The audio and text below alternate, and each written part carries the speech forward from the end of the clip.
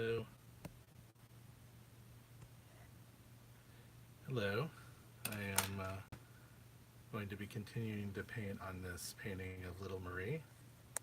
I just have to make sure my phone's set up correctly. Sorry about the little bit of movement. Okay, great. Um, so I had started this last night and I made pretty good progress on it. So I'm just going to continue working on it. Hopefully I can get this done in one or two more sessions. We'll see. I just thought I would do this live. I didn't. Everyone else is sort of heading to bed, so got a little bit of quiet time. Also, now that I've had a chance to look at the painting, not working on it, I can see places where I still need to do quite a bit of adjustment.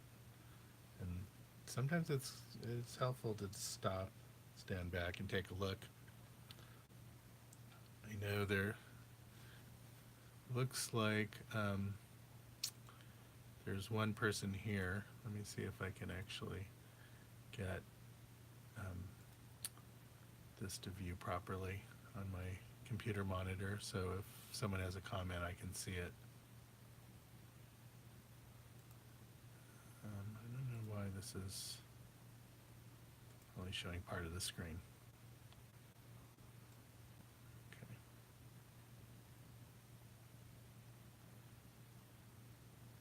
Anyway, I'll just keep painting and ignore my computer monitor. Okay.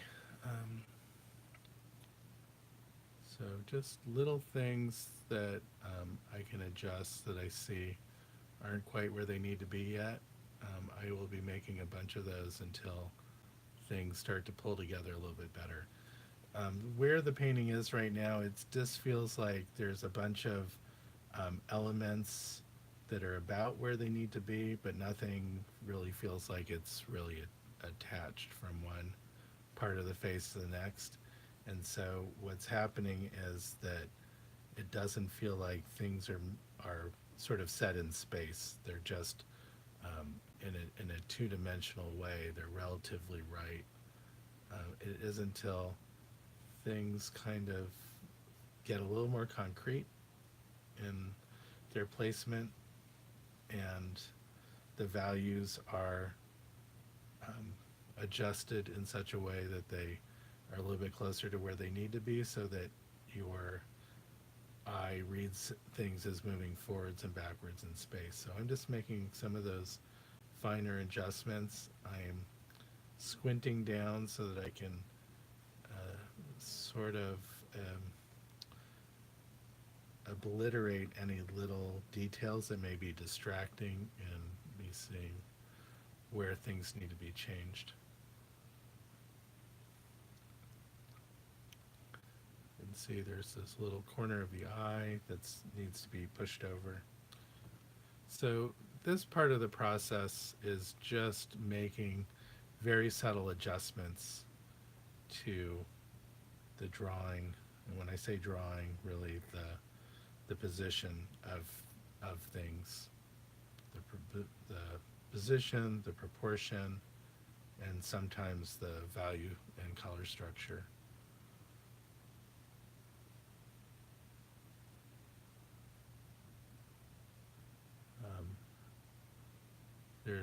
You're probably going to hear some noises in the background. My son has to empty the dishwasher, and he'll be down in a few minutes to do that.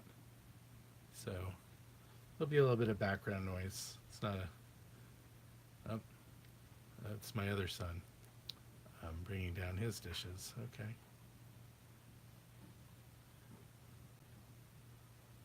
So making some fine tuning to this eyebrow here. It really is much subtler than I have it, and so what I'm doing is trying to knock it down so that it's much closer in color and value to the area around it. I'm adding some green because there's some interesting green color in the photograph, and So in this area above the eye, I just have it too light and it's too flat in a way because it is a little bit darker in value here, and it becomes brighter as it moves out and away. And I think I can't tell if there's some smudges on the photograph or on my computer monitor. My computer monitor has gotten pretty dirty over time because of splashes of paint, but those splashes now are integrating with some JPEG artifacting that's in the photo. This photo may originally have been a little bit higher resolution and a little bit higher quality. I can see quite a bit of artifacting. If you know what artifacting is, it's when you compress a JPEG, make a very high compression, or I should say a low compression, that it compresses it a lot, and it's something called a lossy compression, meaning that it compresses it in such a way that some of the either the information is lost or the information gets distorted. And in this case, the information has gotten a little bit distorted in that it creates these sort of squarish sort of shapes that look like kind of blocks all over where there's value changes.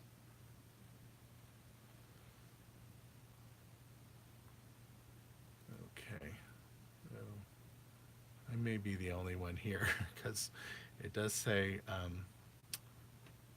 one person watching, but I also have this open on my computer monitor. I wonder if I close that, will it say 0 people watching? It still says one person watching. Okay, so it's someone watching other than me. I need, so there's a spot of hair that's sort of this darker orange, and I can only get there by adding black or maybe a little purple to the orange to get that kind of color. Eventually, I'm going to invest in some transparent earth orange or transparent earth red, which will give me something that I'm missing in my palette, which is a dark transparent warm red or yellow, because there's a earth transparent yellow also, which is a gambling color. Maybe it's transparent earth orange. I don't know. It's called something similar to that. The way my brain works, it always remembers vaguely what things are called, but usually well enough that I can figure it out later. But it doesn't allow me to say sometimes the exact name of something. I screw up acronyms all the time. It's one of those things. It's just my brain doesn't fix those things very strongly. It's much more, I have a very visual brain. Okay, so it was me. I'm the only one here. That's okay. But I also am recording this for the person who commissioned me, so, and this will be replayed later. So I am recording this for whoever might come along later. Let's see if I can get my channel back up so I can be the one watching. There I am again. Great.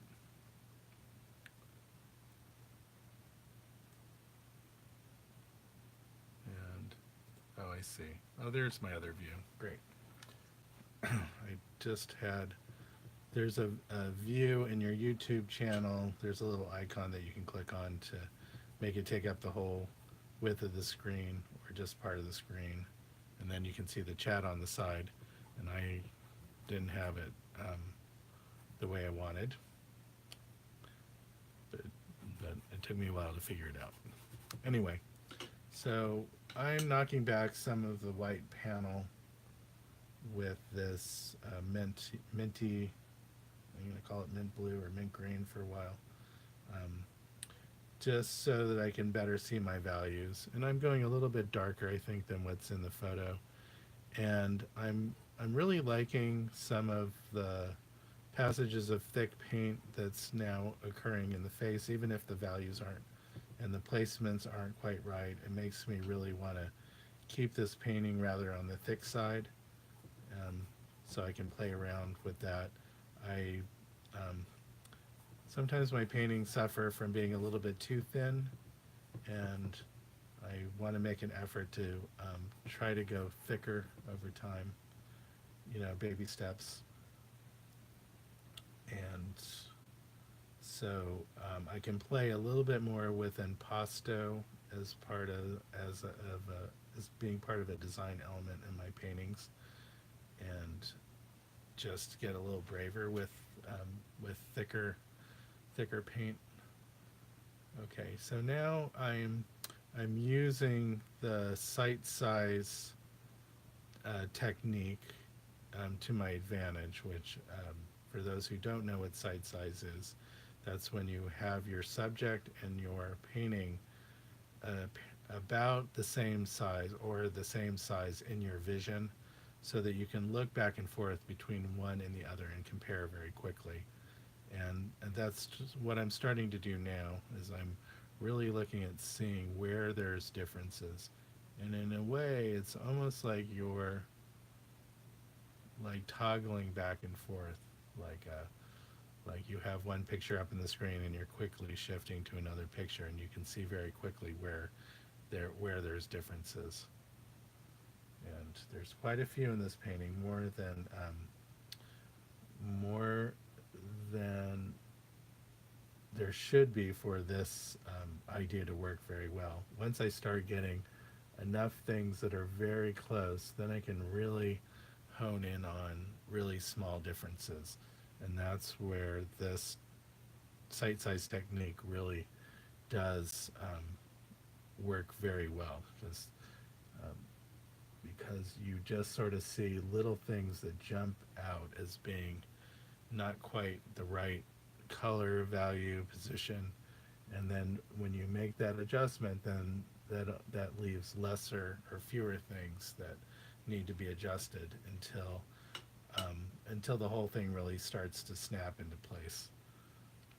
And it's a little bit like tracing, but not exactly. Still requires some very good painting and drawing skills to get everything just right.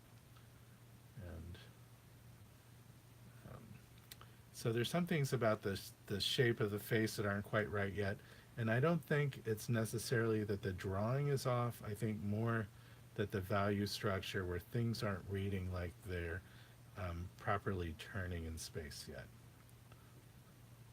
Hmm. And okay, I got a couple people watching now. Hello and welcome. Just doing a little public painting tonight. Not scheduled. I'm um, just continuing to work on this portrait that I started last night as part of my regularly scheduled live painting demo. But I wanted to record and continue to work, and I could do that um, in a private mode. I can record it through YouTube, but I just thought that um, I didn't really care if people watched. So, and I don't mind talking while I'm doing it. So, if you're here to sort of learn a little bit of something, then please, please, please ask me any question you want, and I will do my damnedest to answer it. And otherwise, I will just paint and sort of jabber away as I do that. Part of that is just so that when people come and watch it later, they're more likely to stick around if I am describing what it is that I'm doing. And that's partially why I'm doing it live too, so that other people can learn. And if so, it says two people watching, but I know one of those two people is me. So um, if you want to let me know who you are and where you're watching from, that would be great. Otherwise, you're welcome to stay anonymous. Either way. And I'm starting to see things getting a little bit closer to where they need to be. There's a little bit of greenish color here above her eye, except I don't have enough green in the paint color. So it's this lighter and greener. And then there's quite a bit of green in her forehead, but I just went a little bit too dark. That's what I have to be careful of, is when I'm matching color, that I'm also having to be very careful about the values, make sure I get the values right. So that her forehead is much lighter than the rest of her face, so I have to be careful as I'm adding color in there. I have to add quite a bit of either yellow or white to um, keep that color very light, and that also is going to help um, turn the form in space, making sure that I have a little light coming in from the side, making sure that I'm differentiating the planes in the face so that things start to turn and gel a little bit more. And I have to adjust the shadow underneath her nose a little bit. I have sort of the general shape there, but it's not doing a job yet in describing the placement of the nostrils. And just gotta be, in a way, sometimes you have to really slow down to get something exactly where it needs to be, or take a big whack at it, and if it's not right, adjust it. Take a couple more whacks at it until it starts to look right. And that's looking a little better. So I have this shadow that's on the flange, the right flange of her nose here, but I don't have it subtle enough. And that is part of the adjustment, is just really getting some of those subtle changes. Those are part of the powerful part of getting getting the sense of form, is those very subtle value shifts. Um, there's a lot of places in her face there is only very modest value and color changes. And if I overpainted that, make every value change exaggerated, then it's not, the painting's not going to work. It needs all the subtlety that's there in the photo. It needs it also there in the painting to be able to work correctly. So that's why I have to end up going back and forth quite a number of times, because I am trying to get the that sense of illusion that something is moving in space, and that illusion really does take a lot of work going back and forth until it starts to come out. It takes several tries going back to the well, so to speak, before it feels like something you can pinch or touch. Trying not to blend too much, but some areas it is useful to just go in and knock things back and sort of blending in a way.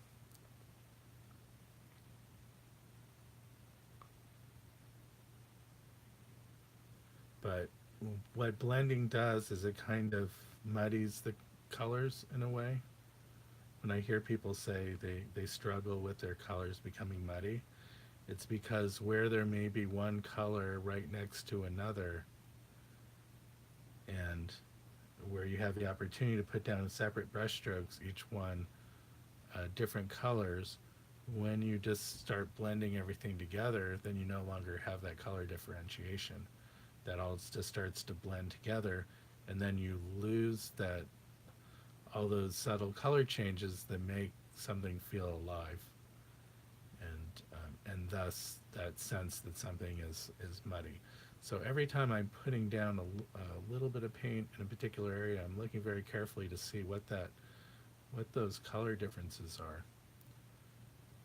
And like right here, there's around the corner of the eye and underneath the eyelid here is a very gray, dark, almost has no color in it.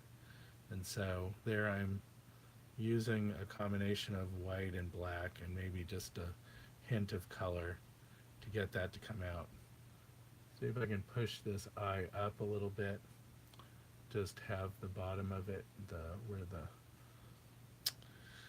where the bottom eyelid starts, I just, the top of it I have too low. And then also her eye is open just a little bit wider than what I have it. And so I need to get a little bit of that very light turquoise color up here above the pupil, and I need to get that pupil up just a little bit higher too. I'm using a little bit of a too big a brush to do the job. I can come back in later with a smaller brush, but I'm trying to keep this bigger brush going for as long as I can. That's also an important thing because it does make the painting feel a little bit fresher, these bigger strokes. Um, it's when you start coming in with a tiny little brush and doing just little minuscule marks, then you may get a lot more accuracy, and that may be what you're after, but it won't have that sort of freshness that comes with working with that very big brush that you can see the brush strokes on the surface. And if it's done well, then when you back up away from the painting, it will look right, but when you get up close, you'll see all that brushwork. That's sort of my main thing. What I like, what I thrive to do is sort of with this alla prima technique is to really see the brushwork. And that's why when I do a lot of posts to Instagram, I am also showing close-ups of the brushwork also, so that people who come to my channel, who are following me, can really see that in close detail. Okay, so just slowly, this is starting, just really being patient with it here, trying to get the character of things. The lips, she has this dark separation in her mouth that I haven't quite gotten yet, and it's pretty narrow in this part of the mouth, and I still have it too wide. So I'm going to see if I can go and adjust that and make sure I'm getting it in the right place. It really does help create the characteristic of her smile, so it's important to get that right, but I haven't done it quite yet so far, but I'm getting there. So the way I work is I kind of warm up to the what I want to get to. I don't have a super accurate drawing. I'm not putting the exact strokes down right away. I'm just doing a lot of generalization of what I'm seeing, and by shifting things around and being more exact over time, then I'm working up to it. That's one approach. That's my approach. It's what I'm comfortable with. It's what works well for me. Other people may do a super exact drawing and do a drawing, in some cases trace it onto their canvas, and then in a way work very carefully shape to shape to do the painting. And that is a completely different approach, but that may work better for some people. Usually the end results look a little different because that way of working where you're working with a very tight drawing and doing maybe in most cases fairly small brush strokes, just the appearance of the painting in the end looks different. And if you're very good, then it also will look very real, spatial, all those spatial effects, and a sense of accuracy overall. If you're not very good, it doesn't matter how you, when I say good, meaning that you're not, you haven't developed those drawing skills and painting skills that would allow you to imbue it with a sense of realism, to have respect for the underlying form and anatomy as you paint, and that thing that also helps give the expression and the sense of personality to the sitter. Those kind of things come with lots and lots of practice and time um, and in a sense almost like classroom learning to get a handle on some of those things. So there's something not quite right yet about this, the jawline. See if I can get that adjusted. That will have a lot more effect over the sense of likeness or things being right than a lot of these little adjustments that I'm making in the face. That's um, that's helping a little.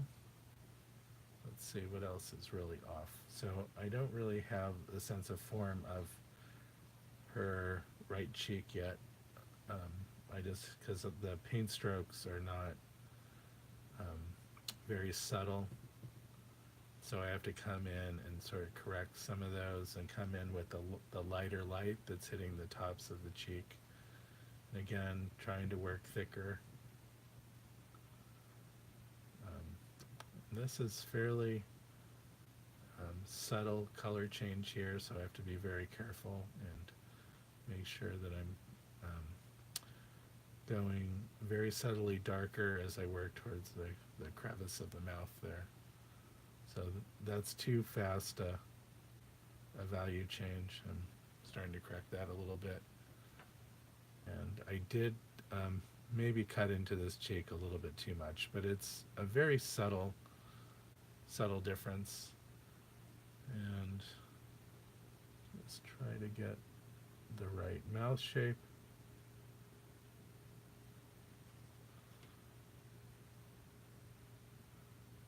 A little bit of red of her lip comes up here. I think I have that too high now. So, if I paint something a little bit off, and a lot of times I may be overcompensating for the position where it was before, and then I have to just compensate back in the other direction. Can get a little bit of the highlight that's on her upper lip.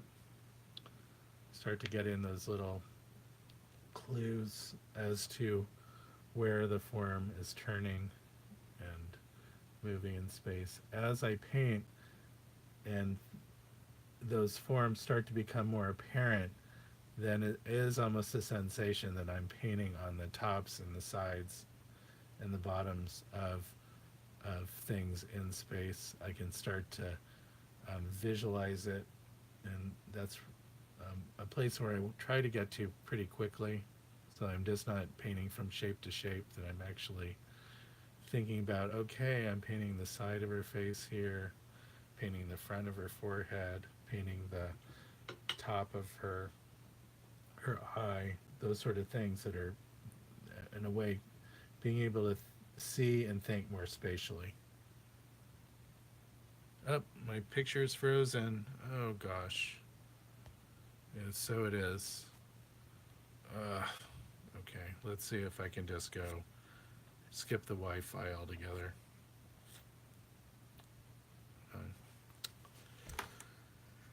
I assume you can still hear me.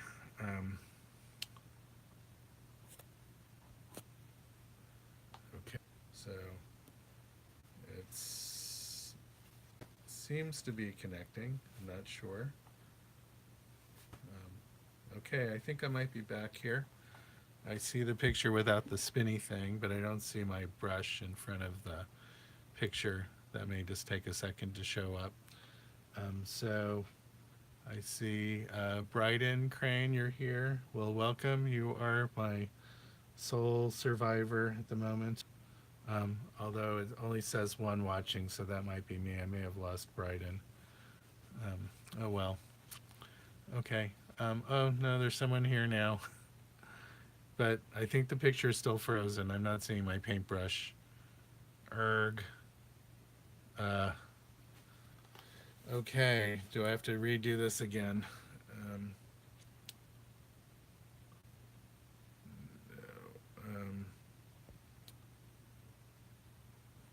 Let's see if I can play mode. Let's turn this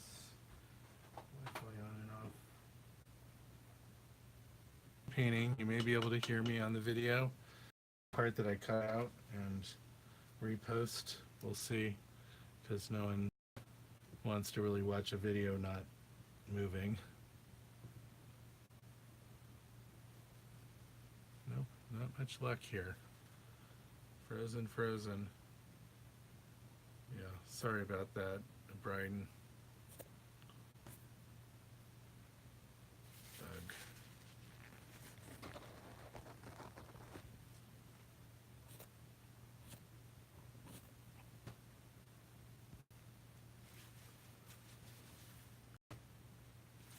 I don't know what's going on because it seems to refresh, but then it doesn't seem to refresh the feed at all.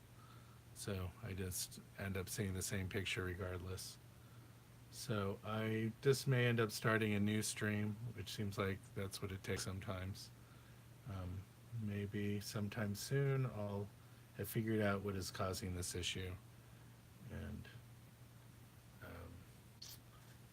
see if I can fix it permanently.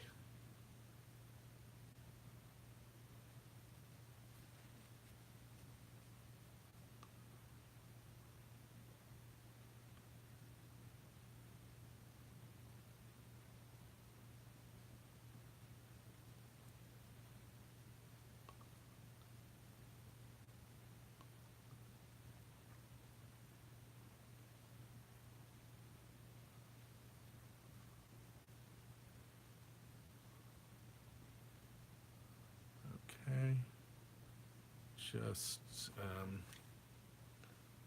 gonna call it, I guess, since it's not doing anything. I'm sure you want to stop streaming.